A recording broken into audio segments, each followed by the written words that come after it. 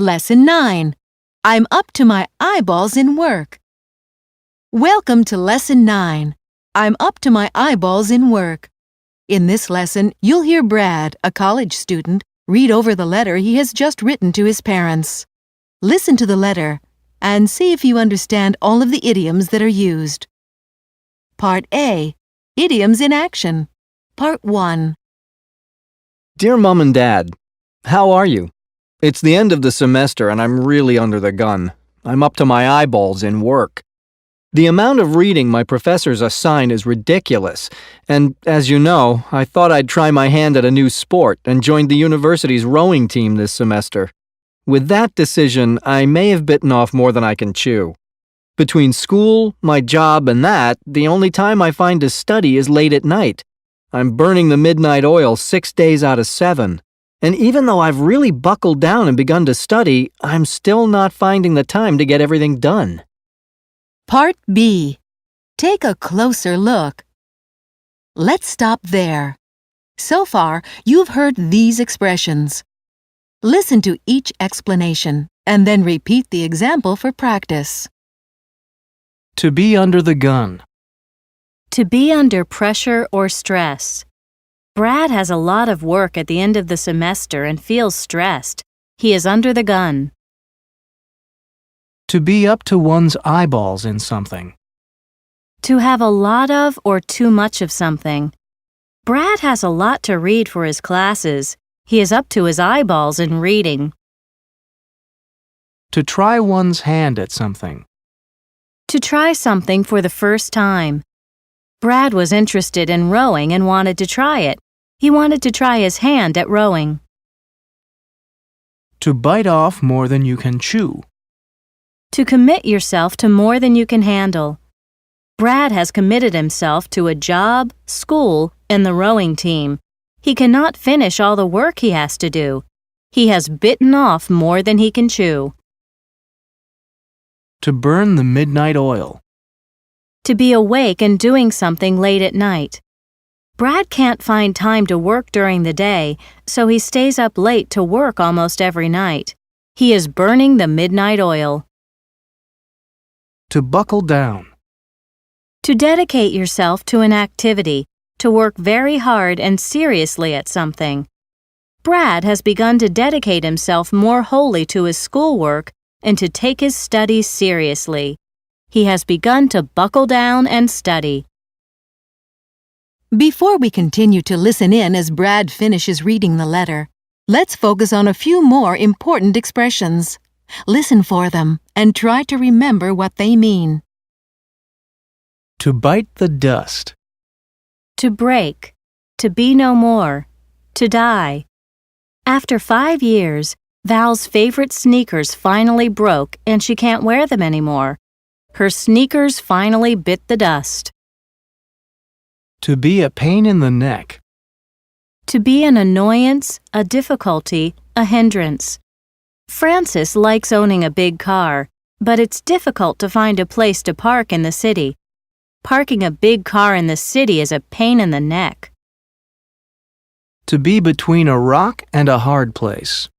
To be in a position where you can't do what you want to do because you're caught between two options that are both difficult or disagreeable. Sarah wants to accept the job offer, but if she does, she'll have to move to a different city, away from friends and family. She's really caught between a rock and a hard place. To not be playing with a full deck. To behave in an illogical or crazy way. To be crazy. Greg acts strangely. He talks to his books and sleeps under his bed. He isn't playing with a full deck. You scratch my back, I'll scratch yours. Set about a situation in which two people can benefit from each other's help. Each will do the other a favor in order to get what he or she wants from the other person. Brad agrees that if someone does him a favor, he should try to return it. He always says, "You scratch my back, I'll scratch yours." To blow up at someone. To suddenly get very angry with someone and yell. Brad's roommate becomes angry quickly when Brad refuses to return a favor. Brad's roommate blows up at him. To blow up also means to explode. Because Mendel forgot to put oil in the car, the engine exploded. The engine blew up. To blow something up also means to put air into, so that something takes shape. Mrs. Rozo took an air mattress camping, but forgot the automatic pump. She spent an hour blowing it up. To turn in, or to turn in for the night. To go to bed. Zoe stayed up until 4 a.m. watching TV before she finally decided to go to bed. At 4 a.m., Zoe finally decided to turn in for the night. To cut corners. To fail to spend the proper amount of money, effort, or time on something.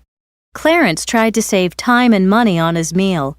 He bought cheap ingredients and didn't spend enough time preparing the food. He cut corners on his meal, so it turned out awful.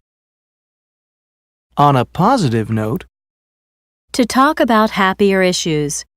Janet's son is always getting into trouble at school, but on a positive note, her daughter just won a scholarship. To be all about something. To be very interested or active in something. To like something very much. The only music Gloria listens to is classic rock. She's all about classic rock. To not have a prayer. To not have a chance or hope. As usual, our team will never make it to the playoffs this year. They don't have a prayer. To be old hat. To be something someone is accustomed to. Keeping track of inventory each month used to be a difficult job for Jude, but now he can do it without thinking. It has become old hat for him. To be at something. To engage or take part in something. They've been at volleyball for years, so they're great players by now. Notice that you can also say keep at something, meaning to continue to take part in something. They say practice makes perfect. You will get better at something if you keep at it. To be green. To be new or inexperienced. Geraldine can drive manual shift cars, but you can tell from her bumpy starts and stops she's still green. To be a shoo-in. To be the best or most likely candidate for something. A new position in human resources has opened up, and I think the bosses favor Mr. Joaquim for the position. He is the most qualified and experienced. He's a shoo-in for the position. To make someone's day. To cause someone great happiness, joy, or pride. I lost one of my favorite earrings a few months ago. Today I found it behind my bookshelf, and it made my day. Part C. Idioms in Action. Part 2. Okay, now that we've focused on a few more expressions, let's continue listening to Brad's letter home. What else? Oh, my old computer finally bit the dust. What a pain in the neck, right at the end of the semester. It really puts me between a rock and a hard place. I try to use the computers in the library, but it's only open until 11 p.m. I never make it there on time, so I have to ask my roommate if I can use his computer. But as you know, the guy's a bit odd. Personally, I don't think he's playing with a full deck. You know, I always say, you scratch my back, I'll scratch yours. But the favors he asks of me are usually outrageous, and he then gets mad if I don't agree to them. The other day, he asked to borrow my car for a 6-hour drive to visit his girlfriend for the day. When I said no, he blew up at me. And then that night, about an hour after I had turned in for the night, he got up, turned on his music, and started to do yoga. Anyway, money's not so good now that I have to save for a new computer. I don't want to cut corners and buy a cheap computer because I'd just have to replace it soon anyway. On a more positive note, I'm all about this rowing thing. I wanted to be on the competition team next semester, but thought I didn't have a prayer, since for most of the guys on that team, rowing is old hat. They've been at it since they were kids, and I'm still green. But Coach said yesterday that if I keep at it, I'm a shoo-in for a position on the competition team. That made my day. Well, that's all for now. I'll write again soon. Love, Brad. Part D. Now it's your turn. Are you ready to practice? Listen to these scenarios and sum them up with an expression you learned in this unit. Stu is a baker and caters parties. He has 500 mini pies to bake for Saturday. He feels like he's drowning in work. Stu is up to his eyeballs with work. Edgar usually passes his classes without studying, but this year he has been struggling. It's time he sits down and begins to do what he should. It's time, Edgar. Buckles down. That company is known for making cheap cars. They use low-quality material and they don't test their models enough. They're known for Cutting corners. Kylie, you have huge circles under your eyes and you look so tired. Have you been sleeping enough lately, or have you been Burning the midnight oil. Auntie Teresa has begun to store the crackers in the couch and the remote control in the freezer. These days it seems she is not